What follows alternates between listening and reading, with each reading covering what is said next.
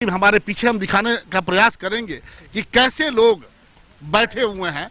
ये सभी सैकड़ों की संख्या में लोग हैं।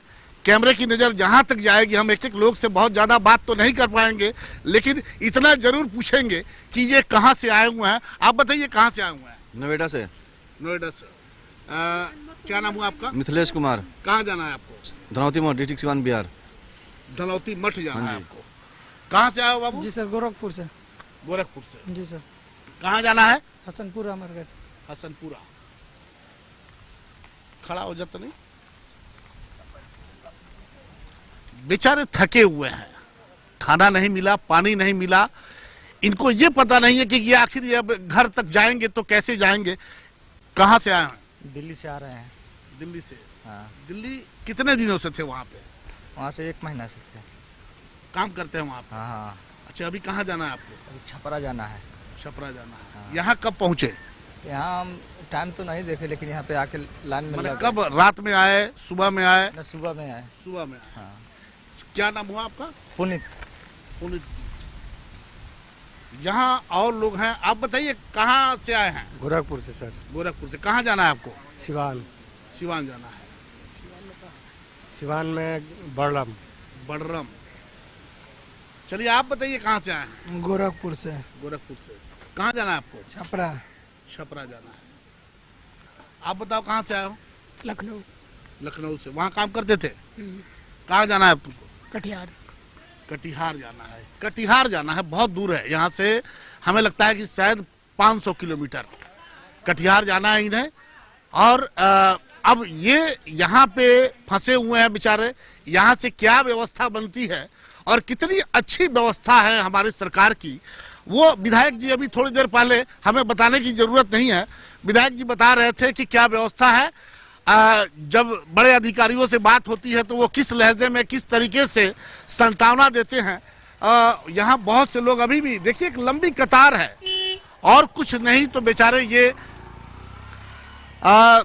छांव में बैठे हुए हैं कि कब इन्हें सहारा मिल जाए। आप बताइए कहाँ से आए हैं? गाजियाबाद से। गाजियाबाद जी। वहाँ क्या काम करते थे? नहीं, इसी तरह घूमने के लिए गए थे। घूमने गए थे। तो अब कहाँ जाना है यहाँ से? बस सिवान जिला। सिवान जिला। सिवान कहाँ पे? ये सिसवन प्रखंड। सिसवन प्रखंड में। जी। आप बताइए कहाँ से आए? गोरखपुर से। गोरखपुर से। काम करते थे वहाँ पे? हाँ, काम करते। तो कहाँ जाना है अभी? सिवान। सिवान। बसंतपुर थाना। बसंतपुर। ऐसे एक लंबी कतार है। हाँ, ये देखिए कि ये सब लोग थके हारे बेचारे बैठे हुए हैं। इनसे भी हम बातचीत करने का प्रयास करेंगे। और ये देखिए कि एक लंबी कतार यहाँ पे हम आपको दिखाने का प्रयास कर रहे हैं कि बेचारे बैठे हुए हैं। इनसे बात होगी कि क्या यहाँ पे कुछ खाने पीने का। आप बताइए कहाँ से आए हुए हैं? बस्ती से सर आ रहा है। बस्ती से आ रहा है। बस्ती से आए हुए जी। हैं। खोल लीजिए, मुंह खोलिए तब आवाज आए कम से कम। बस्ती से आ रहा है। बस्ती से आए हुए हैं। जी। कहाँ जाना है आपको? पालीगंज थाना, पटना जिला। पाली को जाना है। जी। तो कैसे जाएंगे? देखिए सर, कोनो व्यवस्था अगर करेंगे तब जाएंगे, ना तो पैदल फिर कुछ खाना पीना आपको मिला यहाँ पे? हाँ, कुछ तो नाश्ता पानी हुआ है। ना यहाँ पे कोई व्यवस्था? बिस्कुट यहाँ पे आप लोग अपने मन से बैठे हुए हैं, किसी ने बैठाया आपको यहाँ? नहीं बैठा है जी। कौन बैठाया? पुलिस लोग बैठवाए हैं इधर अभी। तो जब से बैठाया तब से कुछ खाने पीने का व्यवस्था किया कि नहीं किया? नहीं, अभी ना एक वो रसगुल्ला मिला है। एक पीस? जी। और उसके बाद कुछ नहीं मिला? कुछ नहीं। पानी वगैरह दिया? कुछ नहीं।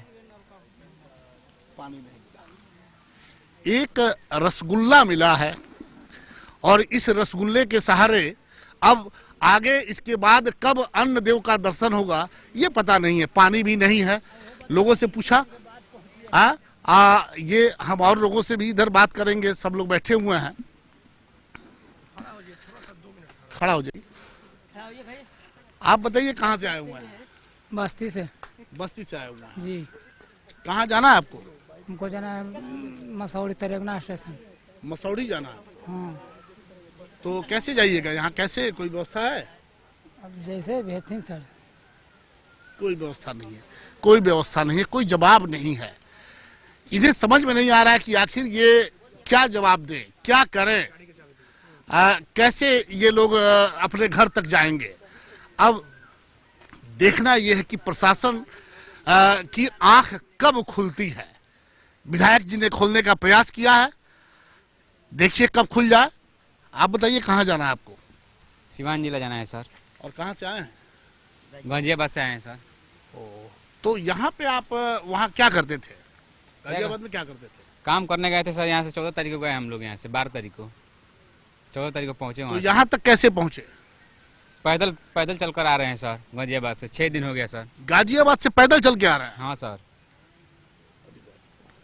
आपको पता है कि कितना लंबा सफर है आपका? तभी तो 6 दिन लग गया। तो इस रास्ते में खाने पीने का क्या व्यवस्था था? आप तो रास्ते में जब 6 दिन और रात आप बिताए हुए हैं, क्या व्यवस्था था खाने पीने का? कैसे आए यहाँ तक? बॉर्डर पर नमकीन, बिस्कुट, चावल, पूरी सब्जी सब मिल रहा था सर उधर। बॉर्डर पे ही मिल रहा था, रास्ते में कुछ नहीं। रास्ते में कुछ नहीं। यहाँ कब से खड़े हैं? यहाँ तो सर 1-1.5 घंटा हो गया। यहाँ पुलिस ने आपको बैठा है? हाँ बैठाया है सर। यहाँ पर भी सेवा किया, रसगुल्ले दिए, सन पापड़ी दिए खाने के लिए। यहाँ कुछ है व्यवस्था? हाँ व्यवस्था तो है। असल में दिक्कत क्या है कि आदमी ज्यादा है और व्यवस्था बहुत कम है। जिस तरीके से व्यवस्था होनी चाहिए थी उस तरह से अभी हो नहीं पा रही है। भीड़ बढ़ता जा रहा है, यहाँ पे बॉर्डर का इलाका है, यहाँ से होना ये चाहिए कि जैसे विधायक जी ने कहा कि तुरंत व्यवस्था हो। बस की व्यवस्था शायद डीएम साहब से बात हुई है और बस आ भी रही है और उसके बाद इन लोगों को इनके घर भेजने की तैयारी भी शुरू हो जाएगी। अब देखिए कि किस तरह से लोग ये बैठे हुए हैं। ये बच्ची आपके साथ है, आप जरा खड़ा हो जाइए। कहाँ से आए हुए हैं? हम लखनऊ से आ रहे हैं सर, बच्ची का इलाज करवाने गए थे। अच्छा।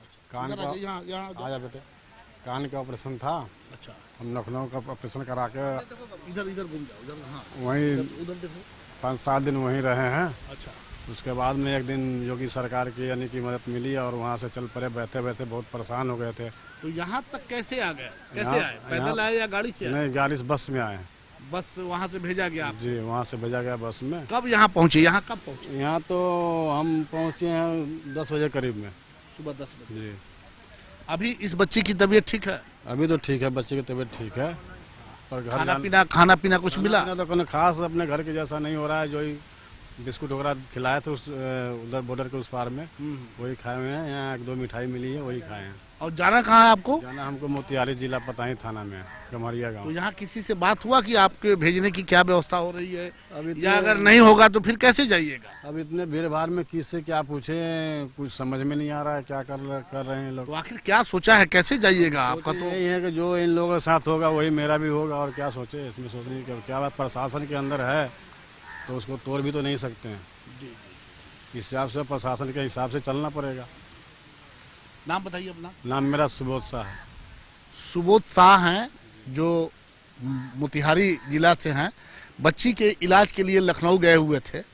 हालांकि इलाज तो वहाँ हुआ है, बच्ची ठीक भी है, लेकिन ये बेचारे फंस गए हैं इस लॉकडाउन में, फंस गए हैं। और इन्हें समझ में नहीं आ रहा है कि आखिर उनसे जब पूछा गया कि आखिर क्या सोचा है, कैसे घर जाइएगा, तो उनका एक छोटा सा जवाब था कि जैसे सब लोग जाएंगे वैसे हम भी चले जाएंगे। अब देखना है कि प्रशासन की आंख कब खुल रही है, कब इन लोगों को इनके घर तक पहुंचा दे, तो एक बड़ी जिम्मेवारी प्रशासन की भी खत्म हो जाएगी और ये बेचारे अपने घर चले जाएंगे। क्योंकि आज का सबसे बड़ा अगर कोई काम है तो आज का काम यही है कि कम से कम जब तक इनकी व्यवस्था नहीं बन पाती है इनके आने जाने की, तब तक कम से कम इनके खाने पीने की व्यवस्था हो जाए। और अगर ये अपने घर इनको भिजवा दिया जाए, प्रशासन अगर भिजवा दे और प्रशासन चाह दे तो सब कुछ संभव है, तो ये लोग चले जाएं तो ये बहुत बड़ा पुण्य का काम होगा। ये बेचारे, ये छोटी बच्ची है, माँ के लिए तरस रही होगी। पिता इलाज के लिए लखनऊ लेके गए हुए थे।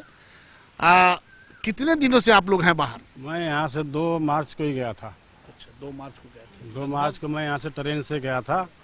यानी 22 दिन में, 21 दिन में इसका ऑपरेशन हो गया था और 7 दिन में इसका टका कट गया और 21 तारीख से बंद पड़ा है हॉस्पिटल। लगभग 27 दिन, यानी कि लगभग 1 महीना होने जा रहा है और ये बच्ची अपने परिवार में जाना चाहती है।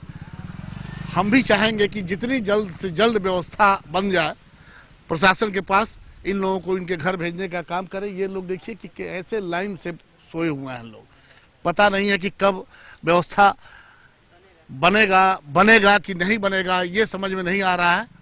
लेकिन आस पे ये दुनिया टिकी हुई है और बेचारे ये भी मन मायूस करके बैठे हुए हैं।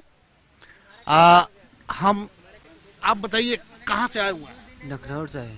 लखनऊ से आए हुए हैं। कहाँ जाना है आपको? छपरा जिला जाना है। कब पहुँचे यहाँ पे? हम लोग पहुँचे हैं 9 बजे करीब में। 9 बजे सुबह में। तो किसी से बात हुई है कि कैसे जाना है? कैसे जाएंगे, अब सवारी मिलेगा तो हम लोग जाएंगे। तो सवारी अगर नहीं व्यवस्था हुई तो यहीं पे रहना फिर? अब देखा जाएगा फिर कैसा होगा इसे। जवाब नहीं है।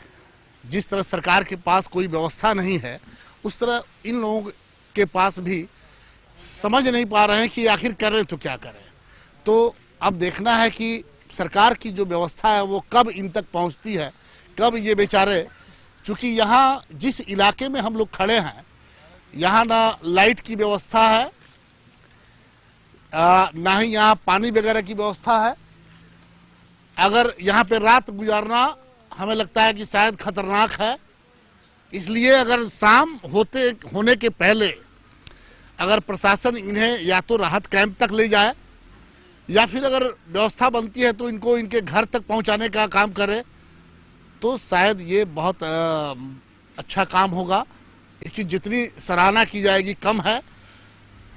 लेकिन विधायक जी ने, जो सत्यदेव राम इस इलाके के जो विधायक हैं, उन्होंने जो बातें कही हैं उससे लगता है कि गंभीरता नहीं है, कहीं ना कहीं प्रशासनिक गंभीरता की कमी दिखाई दे रही है। और उसी का नतीजा है कि उत्तर प्रदेश ने अपने इलाके से ला करके लोगों को यहाँ इस बॉर्डर पे, उत्तर प्रदेश और बिहार के बॉर्डर पे छोड़ दिया कि चलो अपना यहाँ से निकाला और अब इसके बाद जो इनका भगवान मालिक है। लेकिन हम बिहार के होते हुए जितनी हमें साधन यहाँ से नहीं मिल रही है, उससे ज्यादा बढ़िया साधन हमें यूपी प्रदेश ने दिया है। प्रदेश में मिला सर, बस स्टैंड से लेकर और यहाँ तक खाने पीने का पूरा इंतजाम था सर। हर चीज का इंतजाम है। प्रशासन वहाँ भी थी और प्रशासन भी हमारे साथ ऐसा अच्छा बढ़िया ढंग से पेश आए हैं और यहाँ तक हमें पहुँचाया है। पर यहाँ हम 4-5 घंटे से बैठे हैं, कोई अभी तक सुनवाई नहीं है। ये सच्चाई है।